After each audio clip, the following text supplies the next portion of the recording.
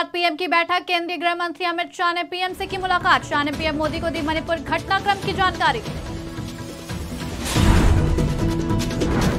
रक्षा मंत्री राजनाथ सिंह ने ओबामा पर किया पलटवार। जम्मू कश्मीर में रक्षा मंत्री का संबोधन, कहा भारत विश्व को परिवार मानता है। दिल्ली में बढ़ेंगे बिजली के दाम, दिल्ली सरकार ने ठहराया केंद्र को जिम्मेदार। 200 यूनिट फ्री बिजली के बाद देना होगा चार्ज। हिमाचल प्रदेश में भारी बारिश के कारण फटा बादल, 72 घंटों में भारी बारिश के कारण काफी नुकसान। बारिश में एक प्राइमरी स्कूल जमी डोल। 2 दिन में दुगनी हुई टमाटर की कीमत, कई शहरों में दाम 120 के पार। जून में टमाटर के रेट हाई।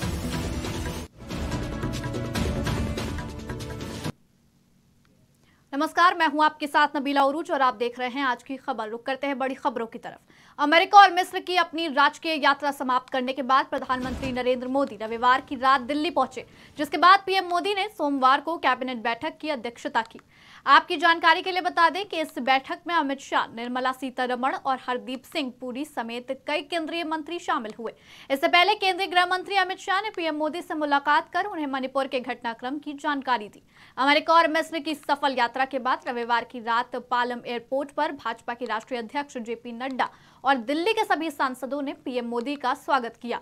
इस दौरान पीएम मोदी ने जेपी नड्डा से पूछा कि देश में क्या चल रहा है, जिस पर नड्डा ने बताया कि पार्टी के नेता उनकी सरकार के 9 वर्षों के रिपोर्ट कार्ड के साथ लोगों तक पहुंच रहे हैं। देश के लोग भी काफी खुश हैं। रक्षा मंत्री राजनाथ सिंह ने अमेरिका के पूर्व राष्ट्रपति बराक ओबामा पर उनकी भारत के मुसलमानों की सुरक्षा पर की गई टिप्पणी को लेकर पलटवार किया है। बता दें कि रक्षा मंत्री ने कहा कि ओबामा जी को ये नहीं भूलना चाहिए कि भारत ही एकमात्र ऐसा देश है जो विश्व में रहने वाले सभी लोगों को भी परिवार का सदस्य मानता है। उनको अपने बारे में भी सोचना चाहिए कि उन्होंने कितने मुस्लिम देशों पर हमला किया है। ओबामा साहब को मैं समझता हूं कि ये बात नहीं भूलनी चाहिए कि दुनिया का अकेला देश ये भारत है। यहां के रहने वाले ऋषियों और मनीषियों ने भारत की सीमा में ही रहने वाले लोगों को अपने परिवार का सदस्य नहीं माना, बल्कि सारी विश्व की धरा पर रहने वाले लोगों को अपने परिवार का सदस्य मानते हुए वसुधैव कुटुंबकम का संदेश दिया। हम हिंदू, मुस्लिम, ईसाई, यहूदी इस नाम पर कभी भेदभाव नहीं कर सकते। भारत के सेकुलर कैरेक्टर को समझने की लोगों को कोशिश करनी चाहिए। मैं दावे के साथ कह सकता हूं, मुस्लिम कंट्री में भी इस्लाम के जो 72 सेक्ट्स होते हैं, 72 जो फिरके होते हैं, मुस्लिम कंट्रीज में भी नहीं मिलेंगे। यदि मिलेंगे तो केवल और केवल भारत में मिलेंगे और कहीं नहीं मिलेंगे। ओबामा ने गुरुवार को एक निजी न्यूज चैनल से बातचीत के दौरान कहा था, अगर भारत जातीय अल्पसंख्यकों के अधिकारों की रक्षा नहीं करता तो इस बात की प्रबल आशंका है कि एक समय आएगा जब देश बिखरने लगेगा। राष्ट्रपति जो बाइडेन को पीएम मोदी के सामने ये मुद्दा उठाना चाहिए। जब बराक ओबामा ने ये टिप्पणी की थी तब पीएम मोदी अमेरिका के दौरे पर थे। ये पीएम के अमेरिका की पहली राजकीय यात्रा थी। देश की राजधानी दिल्ली में बिजली की दरें बढ़ने जा रही हैं, जिसके चलते DERC यानी दिल्ली विद्युत नियामक आयोग ने ऊर्जा खरीद समझौते पर दर बढ़ाने की अनुमति दे दी है। आपको बता दें कि बिजली की दरें बढ़ने पर दिल्ली सरकार ने केंद्र सरकार को जिम्मेदार ठहराया है और कहा कि कोयला महंगा होने की वजह से ऐसा हुआ। इस फैसले के बाद BSES क्षेत्रों में बिजली की दरें 10% महंगी हो जाएंगी। हालांकि दिल्ली सरकार की फ्री बिजली स्कीम अभी भी जारी रहेगी। दिल्ली सरकार ने कहा है कि इस बढ़ोतरी से उपभोक्ताओं पर सीधा असर नहीं पड़ेगा, लेकिन 200 यूनिट से ऊपर बिजली खर्च होने के बाद बढ़ा हुआ चार्ज देना पड़ेगा। दिल्ली की ऊर्जा मंत्री आतिशी ने कहा कि 200 यूनिट तक असर नहीं पड़ेगा और इससे अधिक यूनिट वालों का बिल अगर 100 रुपए आ रहा है तो अब 108 रुपए भुगतान करना पड़ेगा। कि सबसे पहली बात मैं दिल्ली के उपभोक्ताओं को बताना चाहूंगी कि दिल्ली के जिन जिन लोगों का 0 बिजली बिल आता है उनका 0 बिजली बिल आता रहेगा। चाहे ये सरचार्ज बढ़े चाहे ये सरचार्ज घटे, ये उनकी सब्सिडी में शामिल है। लेकिन मैं दिल्ली के लोगों को और देश के लोगों को ये बताना चाहती हूँ कि आज अगर दिल्ली जैसे शहर में भी बिजली का दाम बढ़ रहा है तो ये सिर्फ और सिर्फ केंद्र सरकार की वजह से बढ़ रहा है।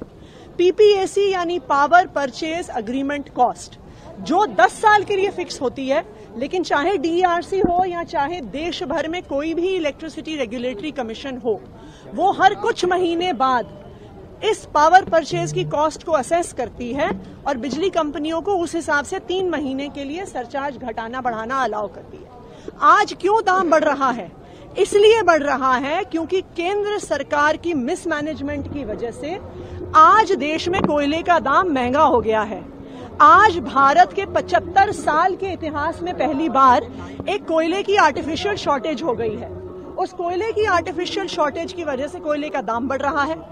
केंद्र सरकार ने अब जबरदस्ती करी है कि कोई भी अगर कोयला खरीदेगा तो उन्हें 10% इंपोर्टेड कोयला यूज कर। मॉनसून की दस्तक से ही हिमाचल प्रदेश में भारी बारिश से कोहराम मचा हुआ है। सोलन के अर्की, शिमला के रामपुर और हमीरपुर में बादल फटने से भारी नुकसान हुआ है। जानकारी की माने तो कई स्थानों पर प्रदेश की लाइफलाइन सड़कें बंद हैं। चंडीगढ़ मनाली हाईवे 3 जगह पर बंद होने से बड़ी संख्या लोगों की गाड़ियां फंसी रहीं। बारिश बीते 24 घंटे से लगातार हो रही है, जिसमें 6 लोगों की मौत हुई है, जबकि घर और गाड़ियों का भी काफी नुकसान हुआ है। राज्य आपदा प्रबंधन ने रविवार देर शाम को 24 घंटे में हुई बारिश की रिपोर्ट जारी की है। इस दौरान सूबे में करीब 1.5 करोड़ की संपत्ति को बारिश से नुकसान पहुंचा है। रिपोर्ट के अनुसार बारिश की वजह से 6 लोगों की मौत हुई है, 13 घर गिर गए हैं, 12 वाहनों को नुकसान और 5 गौशालाएं, एक प्राइमरी स्कूल जमींदोज हो गया है। साथ ही 5 बकरियों की मौत और 16 लापता है। देखिए, हमने पिछले मंडे को 21 जून 2023 को जो है सभी लाइन डिपार्टमेंट्स और डिप्टी कमिश्नर्स के साथ बैठक की थी, जिसमें कि मानसून से किस प्रकार से निपटना है उसके बारे में डिटेल में विस्तार में चर्चा हुई थी, जिसमें कि आईएमडी के लोग, सीडब्ल्यूसी के लोग और एनडीआरएफ, एसडीआरएफ, सिविल डिफेंस इत्यादि सभी लोग उपस्थित थे। जैसे कि आपको मालूम है, लगभग 3 दिन से जो है मानसून हिमाचल में दस्तक दे चुकी है। अभी हमें जो रिपोर्ट आ रही है कि बहुत जगह में हैवी रेन्स की सूचनाएं मिल रही हैं। बहुत सारे हमारे जो है जगह में फ्लैश फ्लड आ रहे हैं, कहीं पे रॉक फॉलिंग की भी घटनाएं हो रही हैं। अभी तक पिछले 3 दिनों में मानसून के ऑनसेट के बाद से 6 लोगों की जो है डेथ हुई है और लगभग 10 लोग जो है इंजर्ड हुए हैं। हमारे 303 जो है जानवर हैं उनका नुकसान हुआ है और इसके साथ साथ जो शॉप्स हैं, काउशेड्स हैं, घर हैं, इनमें के भी डैमेज की सूचना है, क्योंकि ये रिपोर्ट आने में थोड़ा समय लग रहा है। राज्य आपदा प्रबंधन ने रविवार देर शाम को 24 घंटे में हुई बारिश की रिपोर्ट जारी की है। इस दौरान सूबे में करीब 1.5 करोड़ की संपत्ति को बारिश से नुकसान पहुंचा है। रिपोर्ट के अनुसार बारिश की वजह से 6 लोगों की मौत हुई है, 13 घर गिर गए हैं, 12 वाहनों को नुकसान और 5 गौशालाएं, एक प्राइमरी स्कूल जमींदोज हो गया है। साथ ही 5 बकरियों की मौत और 16 लापता हैं।